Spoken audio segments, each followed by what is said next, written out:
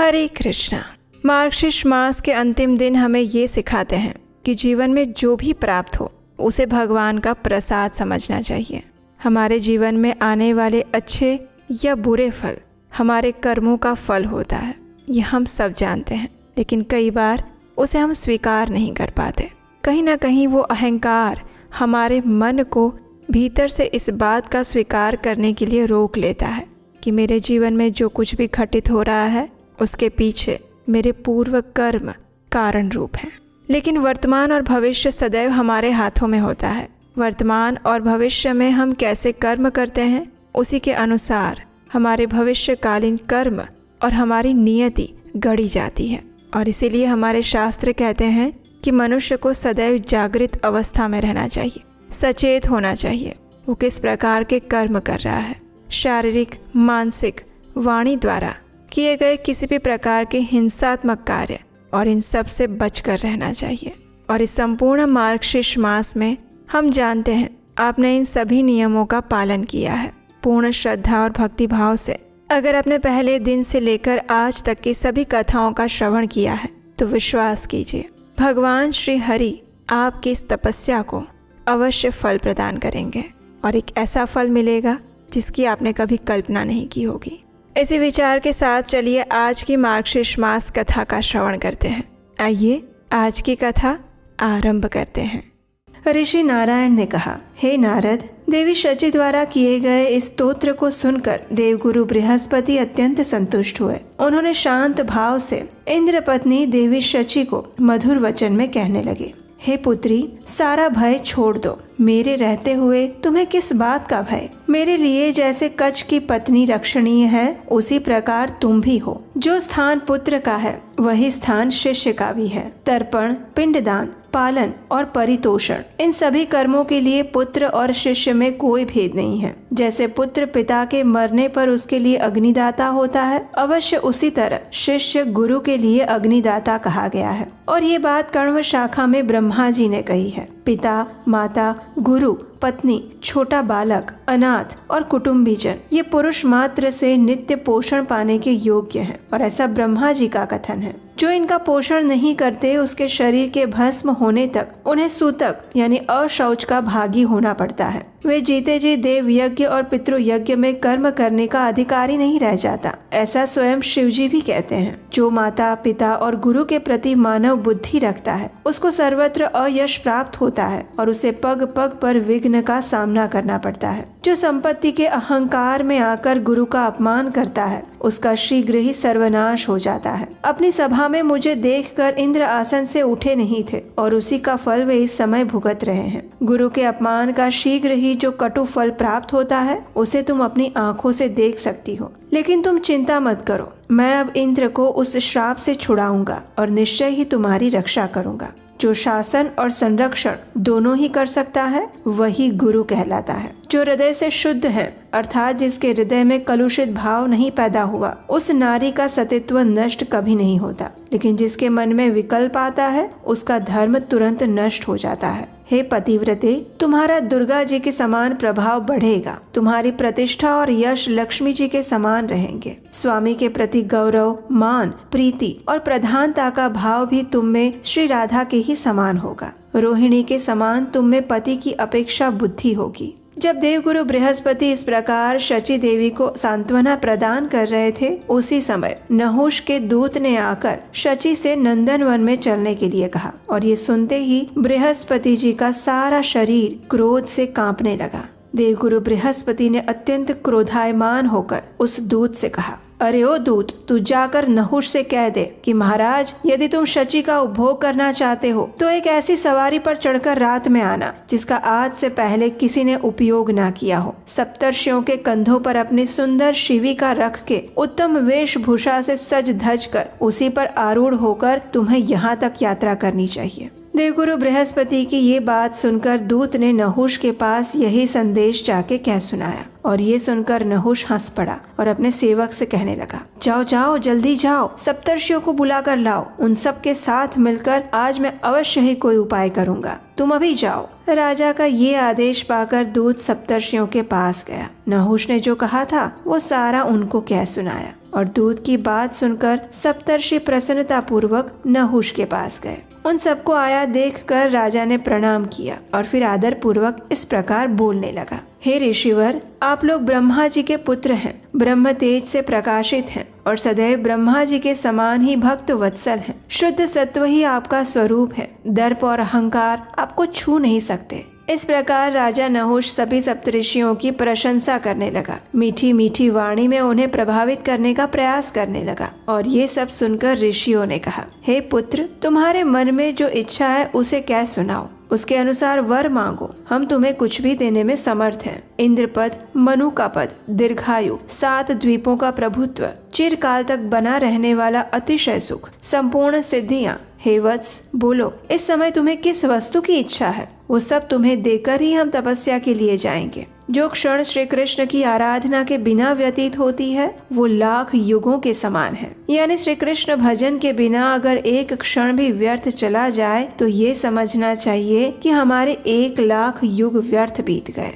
जो दिन श्री हरि के ध्यान और सेवन से शून्य रह जाए वही सबसे बड़ा दुर्दिन है। जो मनुष्य श्री हरि की सेवा छोड़कर किसी दूसरे विषय को पाने की इच्छा रखे वह मनोवांछित अमृत को त्याग कर अपने ही विनाश के लिए मानो विष खाता है। और ऐसे ही परम भगवान मृत्यु और जरारूप व्याधि को हर लेने वाले श्री कृष्ण में हम सदैव अनुरक्त रहते हैं। इसलिए शीघ्र बताओ, तुम्हारी क्या इच्छा है? सप्तऋषियों की ये बात सुनकर राजेश्वर नहुष थोड़े लज्जित हो गए। उनका सिर झुक गया और फिर भी माया से मोहग्रस्त होने के कारण लजाते हुए उन्होंने कहा, हे महर्षियों, आप लोग भक्त वत्सल हैं और सब कुछ देने की शक्ति रखते हैं। इस समय मैं शची को पाना चाहता हूँ, इसलिए शीघ्र ही मुझे शची का दान दीजिए। महासती शची ऐसे पति को पाना चाहती है जिसके वाहन सप्तऋषि स्वयं हो और यही वर मैं आपसे चाहता हूँ। कृपया आप सभी मेरे अभिष्ट वर को संपन्न करें। नहुष की ये बात सुनकर सभी मुनि आश्चर्यचकित रह गए,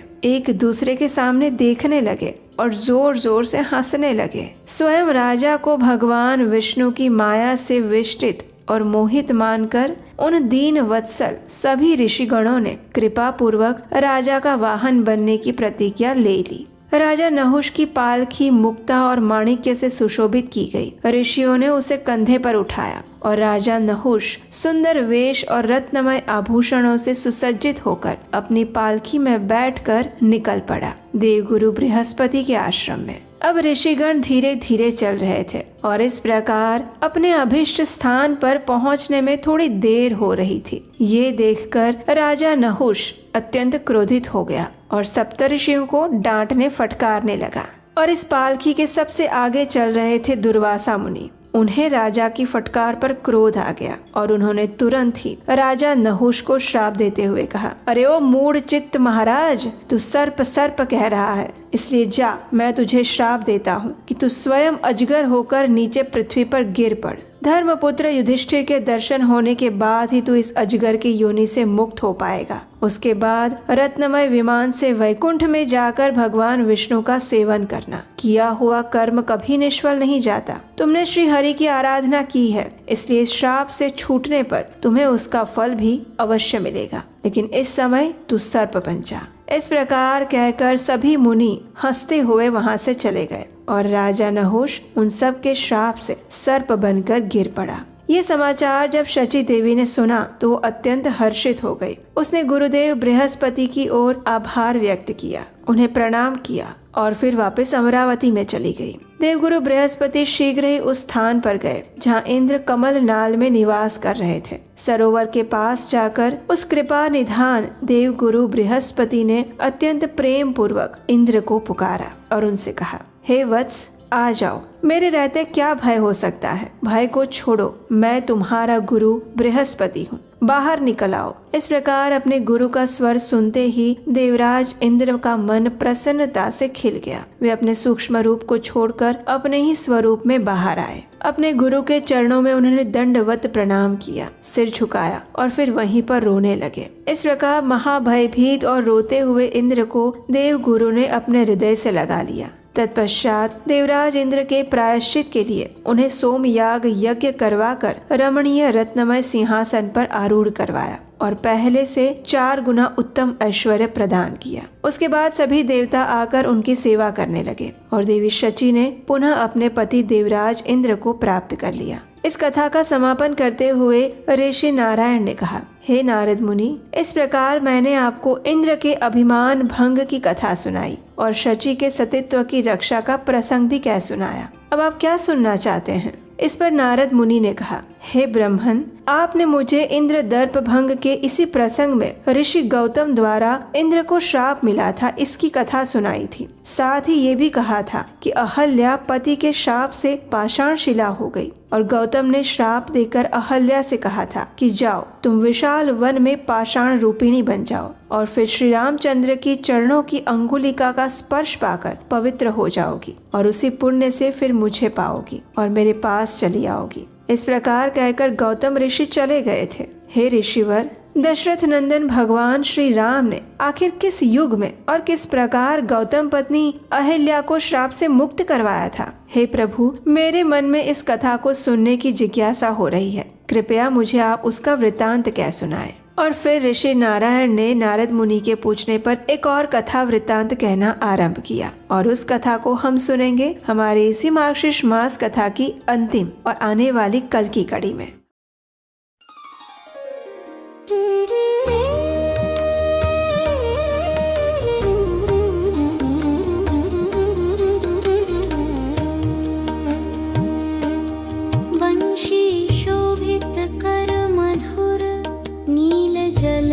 तन श्याम अरुणाधर जनु बिंबा फल पीतांबर शुभ साज।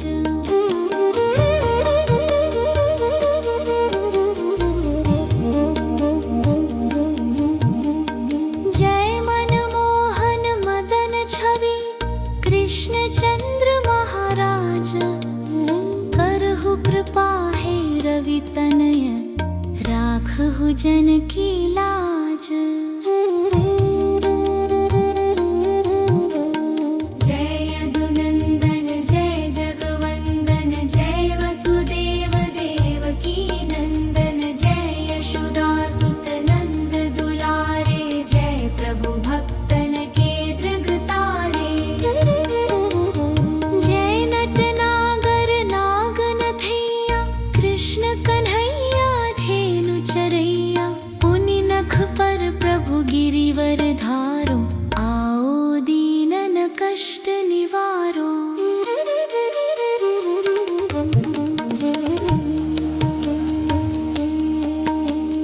वंशी मधुर अधर धरि तेरी होवे पूर मनोरथ मेरो आओ हरि पुनि माखन चाखो आज लाज भारत की राखो।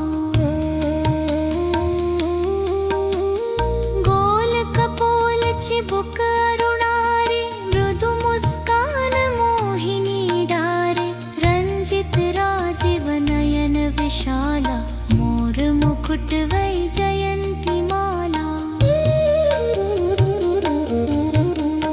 कुंडल श्रवण पीत पट आछे कटिकिम कणिका छन काछे नील जलज सुंदर तनु सोहे छवि लखी सुर नर मुनि मन मोहे।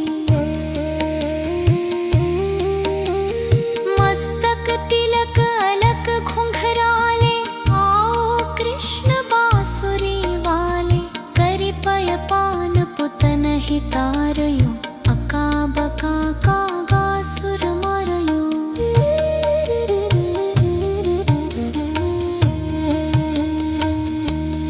मधुवन जलत अग्नि जब ज्वाला भय शीतल लखित ही नंद लाला। सुरपति जब ब्रज चढ़यो रिसाई मसूर धार वारि वर्षाई। लगत लगत ब्रज चहन बहायो गोवर्धन नख धारि बचायो। लखिय सुदा मन भ्रम अधिकाई मुख मह 14 भुवन दिखाई।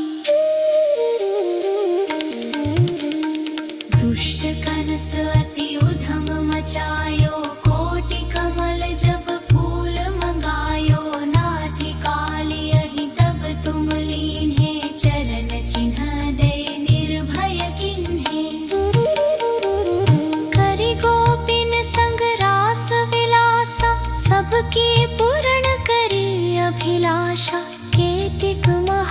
असुर संहारयो, कंस ही केस पकड़ी दे मरयो। मात पिता की बंदी छुड़ाई, उग्रसेन कह राज दिलाई। मही से मृतक छहों सुत लायो, मातु देव की शोक मिटायो। भौमासुर मुर दैत्य सहारी, लाए शतदश सहस कुमारी। दय भिन्ही तृण चीर सहारा, जरा सिंधु राक्षस कह मारा। असुर बकासुर आदिक मारयो, भक्तन के तब कष्ट निवार्यो। दीन सुदामा के दुख टार्यो, तंदुल 3 मूठ मुख डारयो। प्रेम के साग विदुर घर मांगे, दुर्योधन के मेवा त्यागे। लखी प्रेम की महिमा भारी, ऐसे श्याम दीन हितकारी। भारत के पारथ रथ हाके, लिए चक्र कर नहीं बलता के। निज गीता के ज्ञान सुनाए, भक्तन हृदय सुधा वर्षाए। मीरा थी ऐसी मत वाली, विष पी गई बजा कर ताली। राना भेजा सांप पिटारी, शालिग्राम बने बनवारी। निज माया तुम विधि ही दिखायो, और ते संशय सकल मिटायो। तब शत निंदा करि तत्काला, जीवन मुक्त भयो शिशुपाला। जब ही द्रौपदी ढेर लगाई, दीनानाथ लाज अब जाई। तुरत ही वसन बने नंदलाला, बढ़े चीर भय अरि मुह काला। असनाथ के नाथ कन्हैया, डूबत वर बचारत नैया। संदर गास आसुर धारी, नया दृष्ट दीजे बनिवारी। मूठ सकल ममत मति निवारो, शिमहु बेपि अकलाधर मारो। खोलो कटव वर्षन तेजे, बोलो कृष्ण कन्हैया कीजे। नेह चालीसा कृष को, आठ करोड़ धारी। रिष्ट सिद्धि अवनिधि धरि, लहे पदार्थ चारी।